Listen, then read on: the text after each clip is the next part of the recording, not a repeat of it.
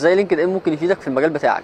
في 5 حاجات اتكلم عليهم. اول حاجه ان انت بتماركت يور سيلف. لينكد ان اولا مش كل الناس موجوده عليه، يعني مش كل شخص بيشتغل في نفس المجال اللي انت بتشتغل فيه بيكون موجود على لينكد ان. ان لينكد ان لو مش موجود عليه ناس كتير في مجالك، فانت لما بتعمل اكونت عليه فده بيساعدك انت تظهر اكتر في المجال بتاعك اونلاين حتى للناس وبتعرض نفسك بشكل كويس. تاني حاجه في جزء انك تماركت يور سيلف على لينكد ان هو جزء البروفايل. البروفايل مع الاسف عندنا هنا اننا بناخد السي في بتاعنا ونروح واخدينه كوبي ونروح حاطينه بيست جوه البروفايل بتاع لينكد ان، وده مع الاسف مش صحيح، لان انت بتضيع على نفسك فرصه انك تعرض نفسك في البروفايل بشكل حلو جدا. ان البروفايل من جوه هو غير السي في خالص، انت تقدر تحط فيه لينكات وترفع فيه فيديوز ليك وتحط فيه باوربوينت برزنتيشن او حتى صور ليك وانت بتشتغل. فاحنا عندنا يمكن اهم الاجزاء في البروفايل جزء زي الهيدلاين اللي هو بيبقى تحت الاسم، وصورتك لازم تبقى صورتك ظاهره لوشك بالذات عشان حتى انا اقدر اتعرف عليك، وكمان جزء السمري وده كتير مننا قوي بنضيع فيه، بس جزء السمري مهم جدا. وبعد كده جزء الاكسبيرينس وحاجه اسمها ريكومنديشنز. حاولوا تطلبوا دايما ريكومنديشنز من الناس، لان دي بتدل على ان انت شخص فعلا بتعمل الحاجه كويس جدا، وبيساعد الناس حتى ان هي بيبقى عندك كريديبيليتي، عندك مصداقيه. ان انا لما باجي اخش على البروفايل بتاعك وابص واشوف ناس كاتبه لك توصيات او حد بيقول ان انت شخص كويس جدا في المجال ده، فده بيفرق جدا معاك في ان انت تسوق لنفسك على لينكد ان.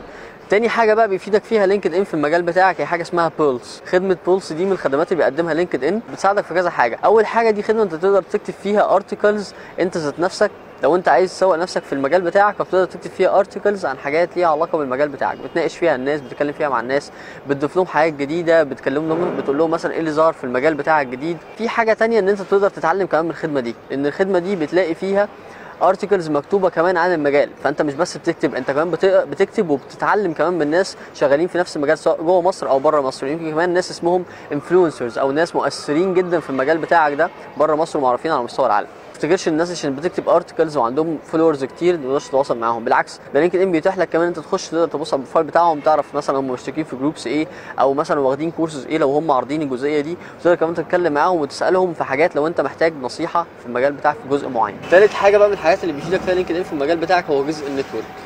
احلى حاجه في لينكد ان هو في ناس بروفيشنالز في المجال بتاعك ايا كان المجال ده هو ايه، فانت تقدر تخش تتواصل مع ناس وتتكلم معاهم، لان زي ما قلنا قبل كده هي النتورك بتمثل يمكن نسبه كبيره جدا من الحاجات اللي بتساعدك توصل لبوزيشن او مثلا شركه انت عايز تشتغل فيها. فالنتورك بتمثل مثلا نسبه 70% في الكارير بتاعك بالذات، لاي حد عايز يوصل لحاجه معينه في الكارير بتاعه فدي بتمثل نسبه 70%.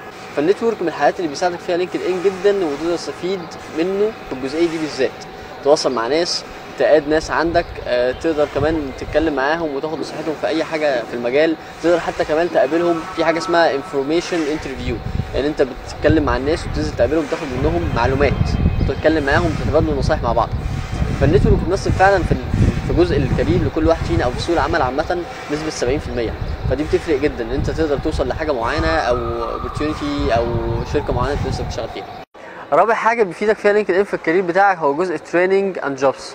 تقدر تحصل على لينكد ان على اي حاجه من الاثنين دول، بس انا في جزء صغير قوي عايز اتكلم عليه، الا هو حته ان انت الناس بتتعامل مع لينكد ان على انه موقع توظيف بس، مع انه مش كده خالص. انت لو دخلت على لينكد ان وحطيت في دماغك ان هو موقع توظيف بس، فمع الاسف انت هتضيع من قدام عينيك حاجات كتير قوي قوي قوي. فلينكد ان حاولوا تتعاملوا معاه على انه كمان اداه تسويقيه لنفسكم مش موقع توظيف، تقدر نفسك عليه بشكل افضل، تقدر تلاقي عليه ناس في جميع المجالات من جميع انحاء العالم، تقدر كمان تتعلم منه. فانت جزء التريننج اند جوبس ده اقدر اوصل له ازاي؟ بشكل بسيط تكتبوه على جوجل حتى على طول ستودنت جوبس وتخشوا على اللينك بتاعها، هيطلع لكم سهم صغير كده، افتحوه اختاروا المجال اللي انتوا عايزينه ايه ودوسوا سيرش، هيطلع لكم كل حاجه سواء كان تريننج في المجال او جوب متاحه في المجال او حتى انترنشيب في المجال ده في اي شركه على مستوى العالم.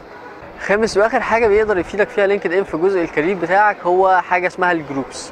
الجروبس كده بشكل بسيط لو نتخيل كده ان هنا في دايره والناس دي مكتوب فيهم مثلا اتش ار، وهنا في دايره والناس دي مكتوب فيهم مثلا بتوع ماركتنج.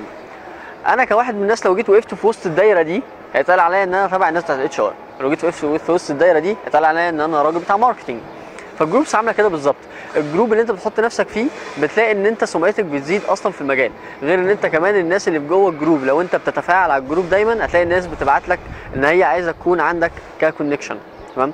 غير كمان ان انت جوه الجروب ده لو انت اكتف دايما ممكن تلاقي واحد داخل بيقول لك انا عايزك تشتغل معايا. فالجروبس من الحاجات الحلوه جدا ومفيده جدا على لينكد ان.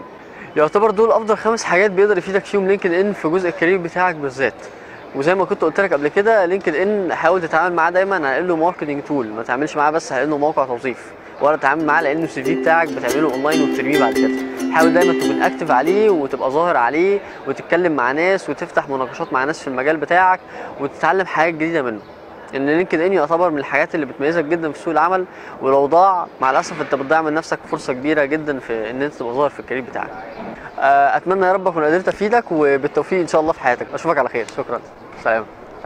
خلاص يا حبيبي، ايدي هتخلع خلاص يا